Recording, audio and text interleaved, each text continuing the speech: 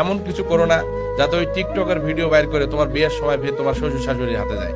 আগাম যে বউ তো আমার খুব ভালো নাচতে পারে, বউ এনা নাচি দেখাও কেন কাকা ডাকা।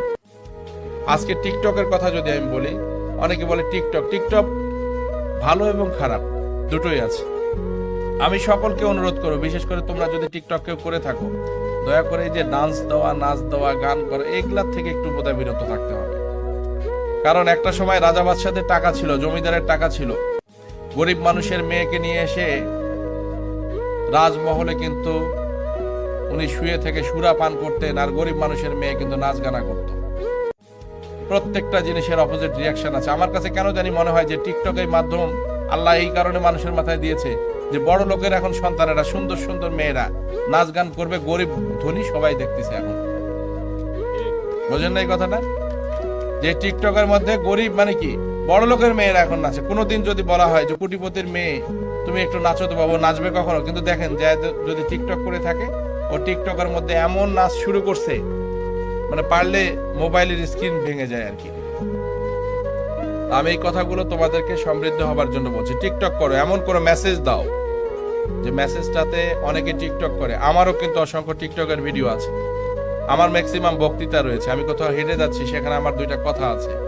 আমি সব সময় চেষ্টা করেছি যে মানুষকে সমৃদ্ধ হবার জন্য, দেশের মানুষকে অ্যালার্ট হবার জন্য কিছু কথাবার্তা যেন তাদের কানে পৌঁছানো যায়, সেই পারপাসে আমি কথা বলেছি, সেটাই টিকটকে যায়। আমি অনুরোধ করে যাই যারা তোমরা টিকটক করো, তোমরা আমার উপরে খুব রাগ করবো হয়তোবা, যে হয়তোবা এমপি সাহেব নাচতে নিষেধ করতেছেন। এমন কিছু করো যেটাতে মানুষ যেন বলে যে না, সত্যিকার অর্থে আমার মেয়ে, আমার ভগ্নী, আমার বোন, আমার পরমাত্মীয় এমন কিছু করছে যেটা আমরা সমাজে অন্তত পক্ষে মুখ দেখাতে পারছি, ভালো কিছু করছে, সুনাম বয়ে নিয়ে আসছে। এমন কিছু করো না যাতে ওই টিকটকের ভিডিও বাইর করে তোমার বিয়ের সময় তোমার শ্বশুর শাশুড়ির হাতে যায়। আগাম যে বউ তো আমার খুব ভালো নাচতে পারে, বউ এনা নাচি দেখাও কেন কাকা ডাকা। বোঝেন নাই? আজকে অনেক বক্তা অনেক কথা বলেছে, তার মধ্যে দুই একজন যারা বিশেষ করে প্রাক্তন স্টুডেন্ট যেটা কথা বলেছে আমার অত্যন্ত ভালো লেগেছে। এবং আমি এটাই চেয়েছিলাম যে নবীন বরণ অনুষ্ঠানে কৃতি যারা প্রাক্তন ছাত্রী থাকবে তারা আসবে, নতুনদেরকে অনেক কিছু শিখিয়ে দিয়ে যাবে, নতুনদেরকে এমন কিছু কথাবার্তা বলবে যার কারণে নতুনেরা যেন নতুন প্রাণের সঞ্চার তারা ঘটাতে পারে। বর্তমান সময় খারাপ হওয়া খুব সহজ ব্যাপার, কিন্তু বর্তমান সময়ে ভালো নিজেকে রাখা খুব কঠিন ব্যাপার।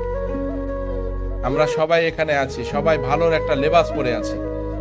আমাদের যখন দুর্নামগুলো জনসম্মুখীন যখন হয় তখন কিন্তু সকলে আমাদেরকে ঘৃণা করে, কিন্তু কেউ কখনো আমরা নিজেদের দোষ ত্রুটি নিয়ে কখনো পরিমাপ করি না, যাচাই করি না যে এই ছবিটা কতটা ডেঞ্জারাস বিষয়। এখনকার সময় তোমার ফেসটা যদি ঠিক রেখে তোমাকে নুড অবস্থায় যদি সোশ্যাল মিডিয়াতে ছেড়ে দেয়, গ্রামের মানুষ তো বুঝতে পারবে না যে এটাকে এডিট করা হয়েছে। এডিট বলতে বলতে তোমার ইজ্জত শেষ হয়ে গেল। এই জন্য ভেবে চিনতে, খুব দেখে শুনে এই ছবি, ভিডিও কলিং এগুলা কিন্তু করতে হবে। আমি নিষেধ করলে তোমরা শুনবা না আমি জানি, কিন্তু আমি সাজেশন দিলে তোমাদের মাথায় এটা কাজ করবে এটা আমি বুঝতে পারি। 100% যাবে না, কিন্তু 50%ও যদি তোমরা একটু সমৃদ্ধ হও তোমাদেরই ভালো হবে।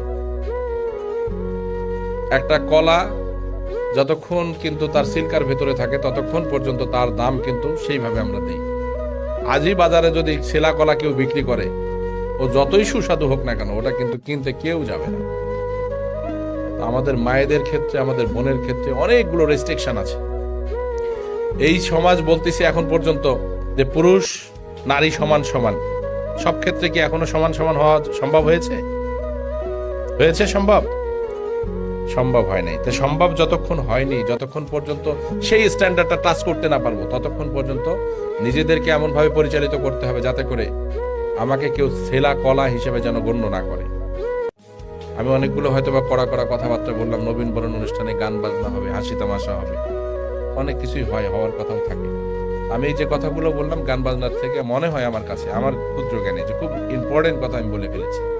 আমি আমার সন্তানদেরকে, তোমাদেরকে সন্তান তুল্য দেখি আমি আমার অঞ্চলের স্টুডেন্ট তোমরা যারা আছো, কারণ আমারও এখন একটা মেয়ে হয়েছে। তোমাদের মানে কি, আমার 10-12 বছর বয়স, আমিও মেয়ের বাবা।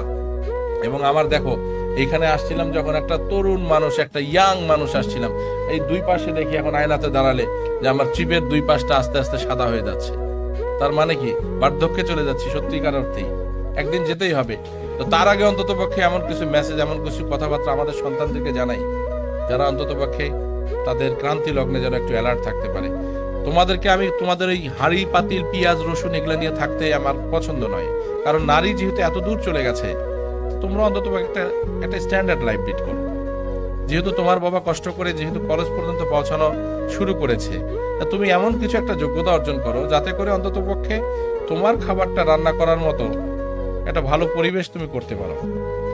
বিয়ের সাথে তো করতেই হবে, সংসার করতে হবে, কিন্তু যদি টার্গেট না থাকে যে একটা চাকরি করব, ভালো পড়ালেখা যদি না করো, তাহলে যদি মনে হয় যে চেহারাটা খুব সুন্দর, আমার নেল পালিশ, তারপরে কি আইল্যাশ বলে, তারপরে কি বলে চুল রিবল্ডিং বলে, এখনকার যেগুলো দেখা যায় আর কি, এগুলা সম্পর্কে খুব ভালো যেহেতু জ্ঞান রাখো যারা যারা, তাদের কিন্তু মনে হবে যে একটা ওই রাজপুত্র আসবে, আগে ঘোড়া নিয়ে আসতে এখন একটা হুন্ডা নিয়ে আসবে, বুঝো নাই? এক পাশে চুল আছে, এক পাশে চুল নাই, এই পাশে চুলটা ফিরে এই পাশে কাম্বা টানে নিয়ে যায়, ফেলে রাখছে, এইরকম কিছু বিষয়। এমন এই ছেলের মানে কারো চাহনি কথাবার্তা এমন এক আকর্ষণ দেখে আমার সন্তানেরা মনে করো ভুলে যায়, বিয়ে করলো, বিয়ের পর পরে যখনই একটা বাচ্চা হয়, আগের যুগের মতো কি এত পিওর খাবার দাবার আছে?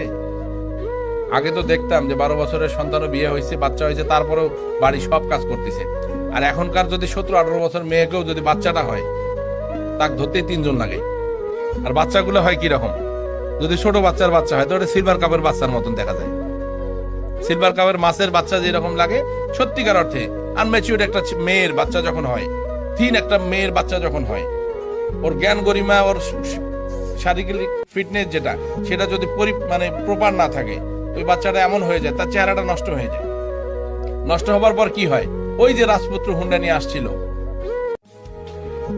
ওই বাচ্চা হওয়ার পর থেকে কিন্তু তার চেহারা আর ভালো লাগে না, যেহেতু তার হাতে ফেসবুক আছে, এখন তার বান্ধবীও আছে, আবার নতুন জিএফ, নতুন প্রেম, পরকিয়া, সংসারে অশান্তি। তখন যদি তোমার পড়ালেখা থাকে, তোমার চাকরি থাকে, তাহলে কিন্তু তোমাকে ইগনোর করতে পারবে না। তোমার পার্সোনাল অ্যাবিলিটি যদি থাকে, তোমাকে ফেলে যেতে পারবে না তোমার যোগ্যতার কারণে, তোমার অবস্থানের কারণে। তখন কিন্তু তোমাকে ভালোবাসা থেকে, শ্রদ্ধা থেকে, সম্মান থেকে সবকিছু করতে পারবে।